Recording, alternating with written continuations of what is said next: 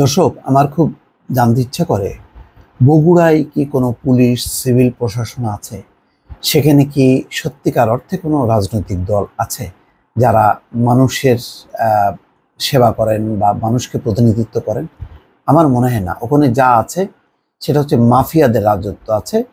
আর মাফিয়াদেরকে তোষামোদ করে চলছে সিভিল এবং পুলিশ প্রশাসন। নতুবা দেখেন, একটা সামান্য ঘটনা থেকে এত বড় ঘটনা কিভাবে ঘটে। ঈদের দিন আওয়ামী লীগ নেতার গাড়িতে ধাক্কা, রাতে দুই বন্ধুকে কুপিয়ে হত্যা। সালিশের নাম করে তাদেরকে ডেকে নিয়ে কুপিয়ে হত্যা করা হলো। অপরাধ কি?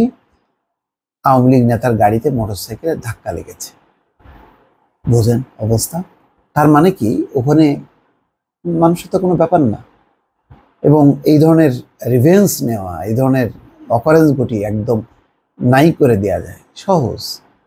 এর আগে একটা ঘটনা দেখেছিলাম যে বগুড়ায় পুলিশ ফাঁড়িতে এসে মানে এমপি সাহেব তার ছেলেকে নিয়ে চলে গেল এবং আসলো মাফিয়া স্টাইলে, একেবারে দল বল নিয়ে এসে পুলিশ ফাঁড়ি থেকে উঠায় নিয়ে চলে গেল। পুলিশ নির্বিকার দাঁড়িয়ে থাকলো। তখনই আমার ধারণা ছিল যে না, এখানে আসলে কোনো কর্তৃত্ব নেই পুলিশ প্রশাসনে। এখানে হলো এমপিদের রাজত্ব বা মাফিয়াদের রাজত্ব। তারা যেভাবে চালাবে সেভাবেই চলবে, তাই হলো শেষ পর্যন্ত। এবং এই ঘটনায় একেবারেই আঙুল তোলা হয়েছে আওয়ামী লীগের কোনো একজন নেতার উপর বা একাধিক নেতার উপর। তো সেখানে স্পর্শ করবে পুলিশ, এটাও ধারণা করা যাচ্ছে না এখন পর্যন্ত।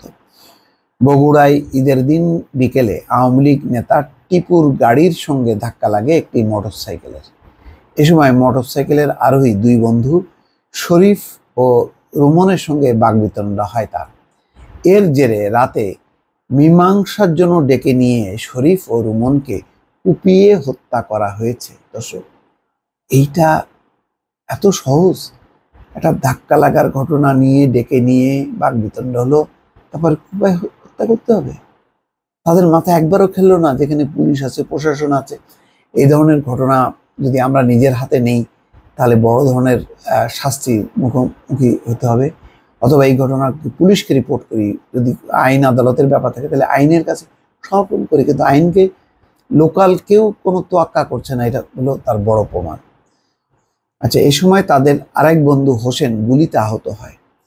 এই ঘটনায় নিহত শরীফের মা হেনা বেগম বাদী হয়ে মঙ্গলবার রাতে সদর থানায় মামলা দায়ের করেছেন।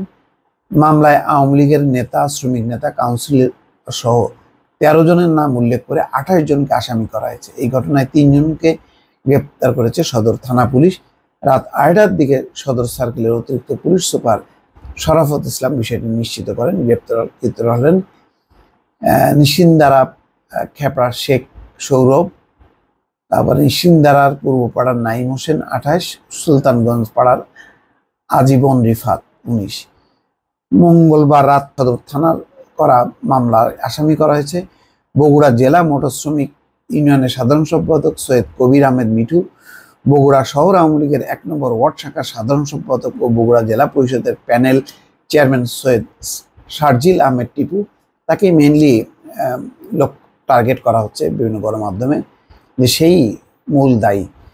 বগুড়া পৌরসভার 1 নম্বর ওয়ার্ড কাউন্সিলর ও স্বেচ্ছাসেবক দলের সাবেক সভাপতি শাহ মেহেদি হাসান হিমু, শেখ সৌরভ, নাইম হোসেন, আজীবন রিফাত সহ 28 জনকে। এর মধ্যে মিঠু, টিপু আপন 2 ভাই, কাউন্সিলর হিমু ভাইরা আজীবন রিফাত জেলা ছাত্রলীগের কর্মী।